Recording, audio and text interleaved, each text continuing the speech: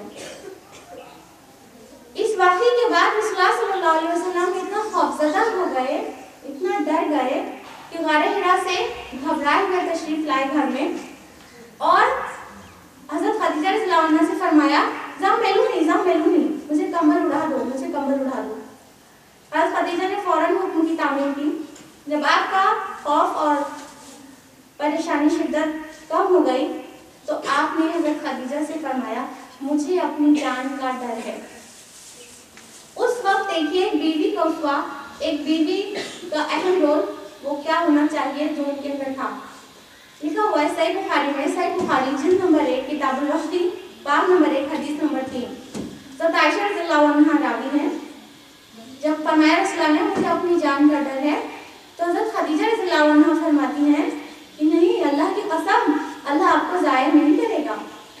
آپ تو ناتوان کا بوجھ اٹھاتے ہیں، ناطے رشتے جوڑتے ہیں، جو لوگوں کے پاس نہیں انہیں کما کر دیتے ہیں، اور فساد میں، دکھ میں حق کا ساتھ دیتے ہیں، مہمان کی مہمان نوازی کرتے ہیں۔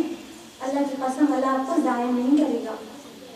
یہ ہے غمگساری کے وہ تاریخی الفاظ جو امام بخاری نے اپنی صحیح میں جس کو جگہ دی ہے۔ یعنی جب شوہر پریشان ہو تو بیوی کا فرض بنتا ہے کہ اس کی غمگساری کرے، اس کو اتنا کوآپریٹ کرے اور ہمت دلائے تاکہ اسے ہمت آ جائے اور غم جاتا رہے۔ رسول اللہ صلی اللہ علیہ وسلم فرماتے ہیں کہ جب بھی میں کفار کی لایانی باتوں سے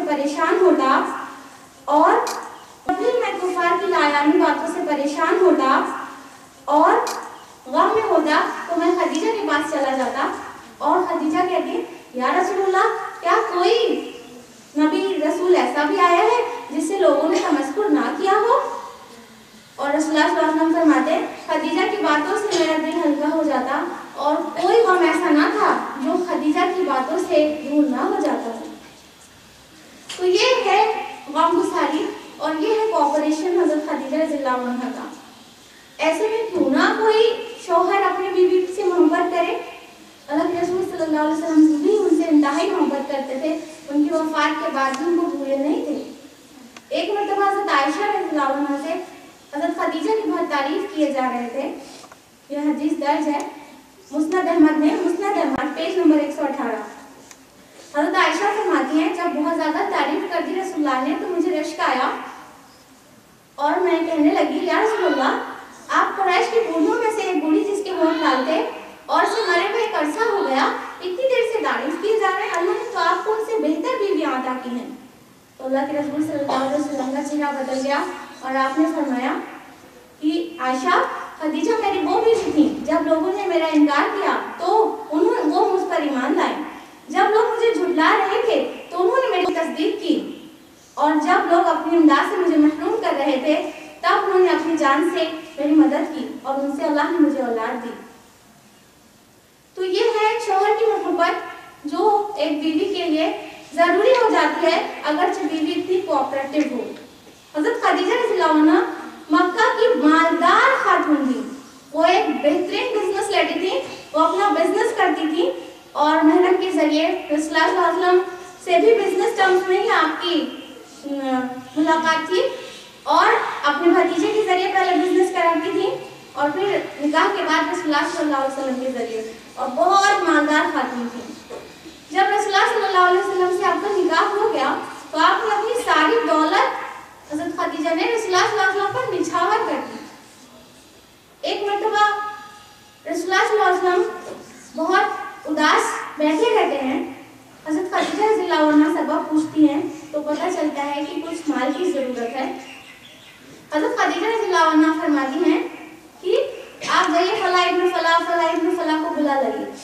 جب رسول اللہ صلی اللہ علیہ وسلم ان سبھی قریش کے خاص لوگوں کو بلا کر لاتے ہیں تو دیکھتے ہیں مال کا ڈھیر لگا ہے گھر میں، اتنا ڈھیر کہ آدمی چھوٹ جائے، اتنا مال نکال کر رکھ دیا۔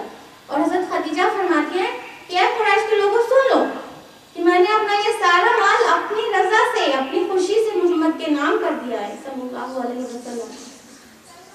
یہ وہ بیوی تھی جس نے اپنی ساری دولت اپنے شوہر کے نام کر دی، ساری دولت نچھاور کر دی اور دین اسلام کے فروغ میں لگا دی۔